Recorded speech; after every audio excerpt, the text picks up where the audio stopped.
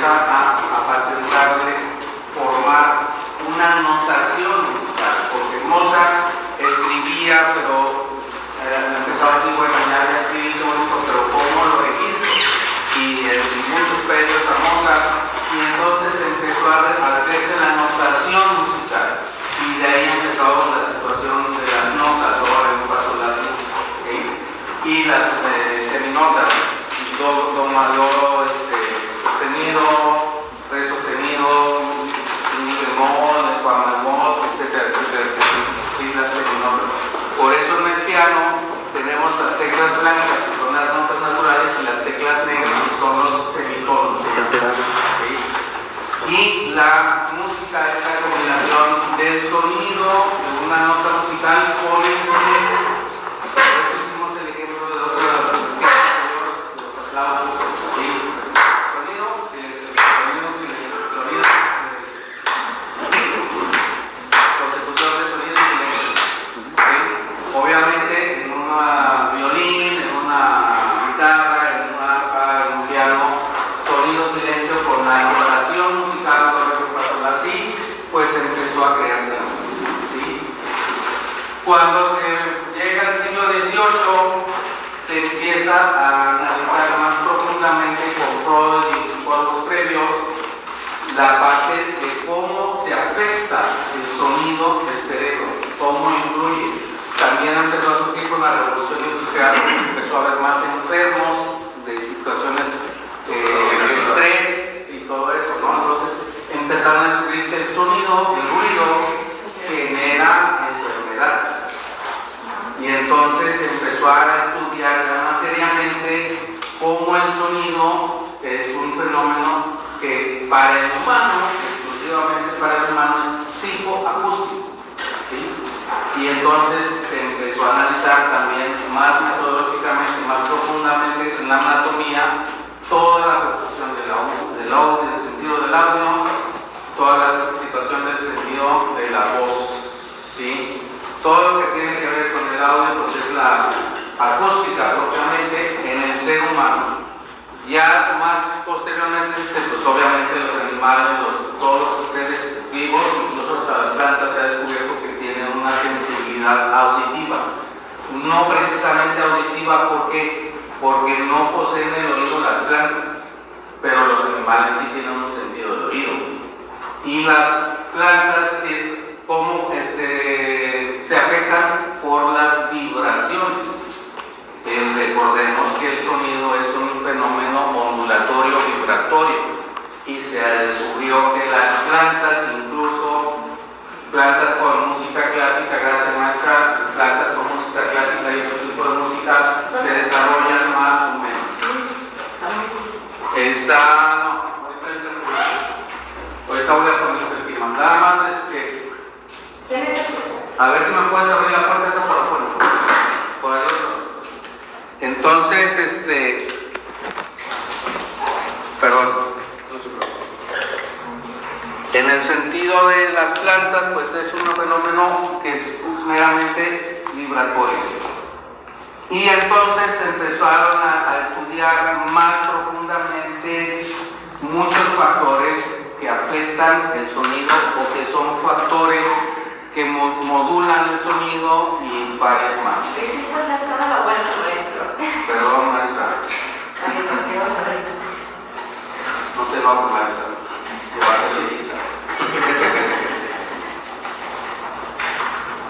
Ok. Un segundito, por favor. Está como día de especial por lo de la presentación médica que tengo que atender también. Como estoy con sonido y iluminación. Bueno, ¿cuáles son las sensaciones psicoacústicas? Ya lo mencionaban un poco. Las básicas son tono, sonoridad, ¿cuál más? Altura y timbre. ¿Cuáles son las particularidades de la altura? Direccionalidad. La altura tiene que ver precisamente con la amplitud de frecuencia. ¿Sí? Eso tiene que ver con la altura. La sonoridad tiene que ver con la fuerza, con el volumen, básicamente, con la intensidad. ¿Sí? El timbre es el más importante. ¿Por qué el timbre es más importante? Porque es lo que caracteriza cada sonido uno de otro. ¿Sí? Entonces, aunque en una orquesta hay varios instrumentos de cuerda, el violín tiene su timbre, tiene su forma particular de sonar. La viola, aunque es la misma construcción, las mismas cuerdas, pero cambia el tamaño, cambia el timbre. El cello es la misma construcción que el violín, las mismas cuerdas, pero cambia el tamaño, cambia el timbre, pero también cambia la sonoridad. Y también cambia la altura. ¿Por qué? Porque mientras más delgada la cuerda y más tensa, gracias maestra, produce frecuencias más altas y cambia la altura. En cambio el contrabajo o el bajo tiene, como es más grande y sus cuerdas están menos tensas, cambia la sonoridad, cambia el timbre y cambia la altura. Dígame. ¿Usted levantó la mano? No, estaba... Ok. ¿Nos vamos bien hasta aquí? Sí, maestro. ¿Qué pasa con el ser humano? Pues que cada uno de los seres humanos tenemos esa cualidad, y todos los animales, de hecho, todos los seres vivos que emiten un sonido, tenemos esa particularidad. Cada uno tenemos nuestro propio timbre. Por eso, desde que estamos bebés, que la mamá nos empieza a hablar, cuando somos adultos, oímos a nuestra mamá, inmediatamente la reconocemos. Aunque nos hablen 3 mujeres, 5 mujeres o 10 mujeres al mismo tiempo, sabemos perfectamente cuál es la voz de nuestra mamá. Porque desde que estamos en el vientre, nuestra mamá nos está hablando. Y esas ondas vibratorias y ese tono, ese timbre, se nos queda registrado desde que somos bebés. Y fíjense lo sorprendente que es el ser humano, con esa memoria y esa capacidad que podemos distinguir el timbre de nuestro papá, de nuestra mamá, de nuestros hermanos, y conforme vamos adelantando, de nuestros amigos, de nuestros gente cercana, de maestros, etcétera, etcétera. Obviamente, porque algunos sí y otros no, porque empieza ya la situación psicoacústica. La gente que no nos interesa, que no queremos convivir con ella, la vamos descartando y la vamos como relegando.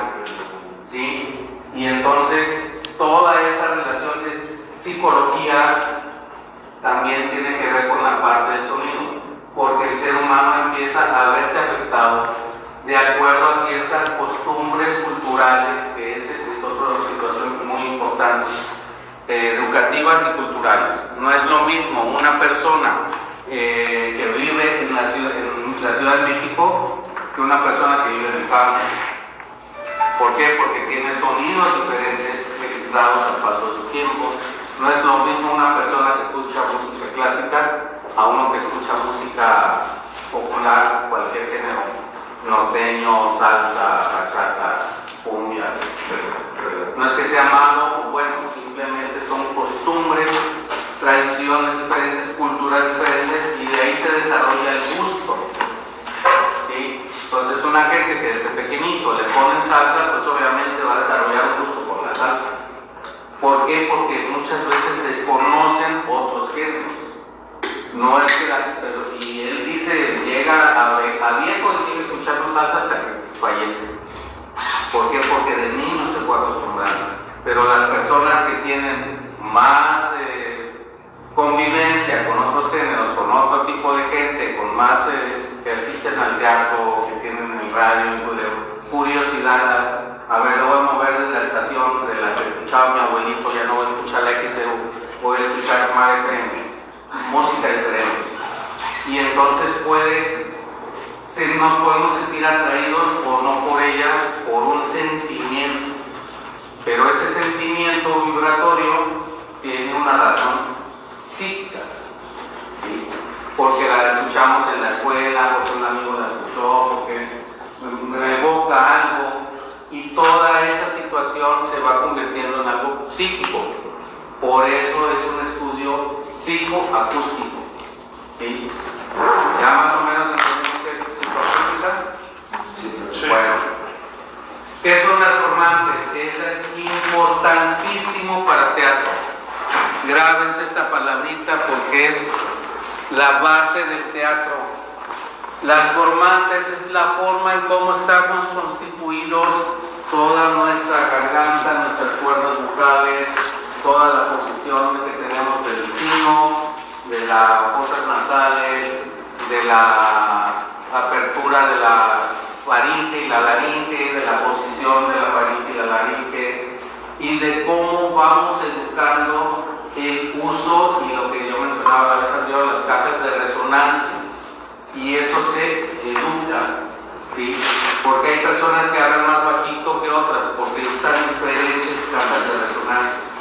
Los que usan cajas de abdominales o pectorales tienen obviamente una sonoridad mayor. De eso se va estudiando, se va logrando. Por eso los cantantes de ópera pueden desarrollar toda esa tesitura de tonos musicales con tal potencia, porque lo van estudiando y obviamente van formando sus formantes y las van desarrollando, ¿sí? Pero para teatro las formantes es básica porque es toda la formación y toda la educación del uso de la voz. Profe, ¿qué diferencia tiene con el aparato fonador? ¿Perdón? ¿Qué diferencia tiene con el aparato fonador, las formantes? Son diferentes términos de diferentes materias, nada más, o sea... ¿Pero digamos que es lo mismo? Exactamente, sí. Okay. O sea, es simplemente que la parte más académica en sonido son formantes. Ok. Y la otra es más uso teatral y musical. Sí, o sea, es más la parte artística, dígame. Sé que el informante es picos de energía en el espectro que definen el timbre, sobre todo la voz. También, sí, pero de acuerdo a la construcción. Sí, por eso también uno de nuestros médicos más importantes es el otorrinolaringólogo. Sí. ¿Por qué? Porque cuando estamos lastimados de la garganta o tenemos irritada una cuerda vocal, a quien debemos de atender, a quien debemos de acudir, perdón, es al otorrino, porque es el que ve otorrinolaringólogo. Oídos, nariz, laringe, boca y faringe y laringe. Por eso es otorrinolaringólogo. ¿Sí? Entonces es el que ve toda esta parte de la construcción de aquí a aquí. De la nariz aquí a la faringe y a la laringe, es el otorrinolaringólogo. Y es el que sabe y conoce toda la construcción del oído interno, del oído medio y del oído externo. Y son tres oídos, ¿sí? O sea, tres etapas del oído. Es la parte de la oreja, la parte de cómo está construida la oreja. La primera situación que tenemos inmediata se llama tímpano, que es una membrana que vibra con el aire, ¿sí? Esa membrana es lo que nos hace percibir el sonido.